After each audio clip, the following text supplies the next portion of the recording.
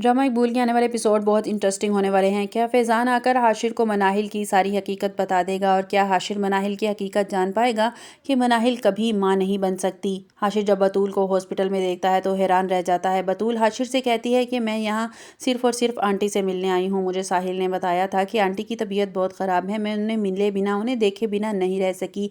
वो अंदर सरवत बेगम के पास चली जाती है। सरवत बेगम जैसे ही बतूल को देखती हैं तो इनके चेहरे पर मुस्कुराहट आ जाती है। वो कहती हैं कि मैं जानती थी बतूल तुम ज़रूर आओगी, जैसे ही तुम्हें पता चलेगा। हाशिर को आखिरकार इस बात का एहसास होने लगा है कि माँ बिल्कुल ठीक कहती थी। बतूल एक ज़िम्मेदार और रिश्तों की पहचान करने वाली लड़की है, और जबकि मनाहिल को तो सोने से ही फुर्सत नहीं मिलती।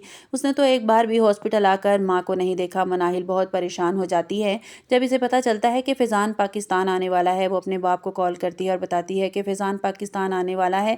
अगर इसने सब कुछ आकर हाशिर को बता दिया तो मेरा बसा बसाया घर टूट जाएगा, मैं एक बार फिर बर्बाद हो जाऊंगी। जिस पर मनाहिल के बाबा इससे कहते हैं कि तुम फिक्र ना करो, मैं किसी भी तरह फैज़ान को पाकिस्तान आने से रोक लूँगा। मनाहिल अपने बाप से कहती है कि अगर हाशिर को पता चल गया कि मैं कभी माँ नहीं बन सकती, उसे कभी औलाद नहीं दे सकती, तो वो मुझसे रिश्ता ख़त्म कर देगा। वो नहीं जानती थी कि ये सारी बातें पीछे खड़ा हाशिर सुन रहा होता है। हाशिर कमरे में आता है और मनाहिल से पूछता है क्या बात है, तुम मुझसे क्या छुपा रही हो और तुम इतनी परेशान क्यों दिखाई दे रही हो। मनाहिल हड़बड़ा जाती है और कहती है कि हाशिर कोई बात नहीं है। हाशिर कहता है कि मैंने तुम्हारी और तुम्हारे बाबा की सारी बातें सुन ली हैं और तुमने मुझसे इतनी बड़ी सच्चाई क्यों छुपाई। इसलिए फैज़ान ने तुम्हें तलाक दे दी थी क्योंकि वो जान गया था कि तुम कभी माँ नहीं बन सकती। मनाहिल हाशिर के सामने दोनों हाथ जोड़कर खड़ी हो जाती है और कहती है कि हाशिर मैं तुमसे बहुत मोहब्बत करती हूँ, मुझे माफ़ कर दो कि मैंने ये सच्चाई तुमसे छुपाई। हाँ, मैं कभी माँ नहीं बन सकती।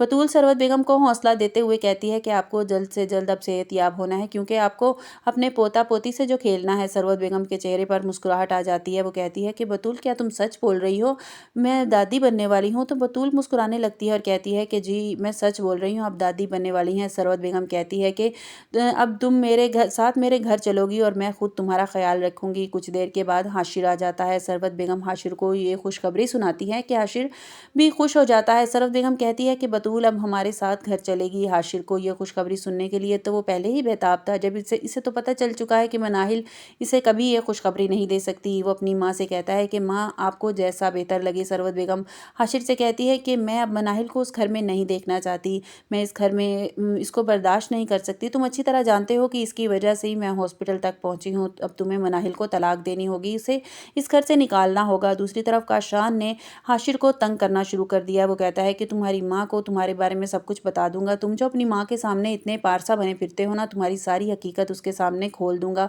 कि तुम एक कातिल हो। मैं एक अच्छे भले इंसान को हार्ट अटैक करवा सकता हूँ, तो सोचो जिसको पहले से हार्ट अटैक है उसका क्या हाल करूँगा। हाशिर जब ये सुनता है अपनी माँ के बारे में तो उसे गुस्सा आ जाता है। वो पुलिस इंस्पेक्टर को कॉल करता है कि किसी भी तरह तुम्हें काशान को गिरफ्तार करना होगा। पुलिस इंस्पेक्टर ऐसा ही करता है। वो काशान को ड्रग्स के केस में गिरफ्तार कर लेता है।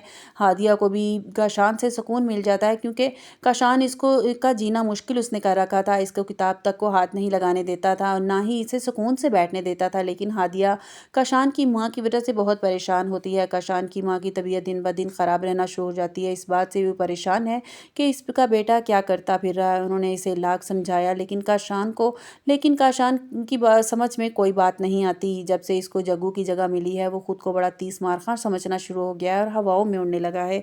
आपको हमारी वीडियो कैसी लगी कमेंट्स बॉक्स में अपनी राय का इजहार कीजिएगा, लाइक और सब्सक्राइब कीजिएगा।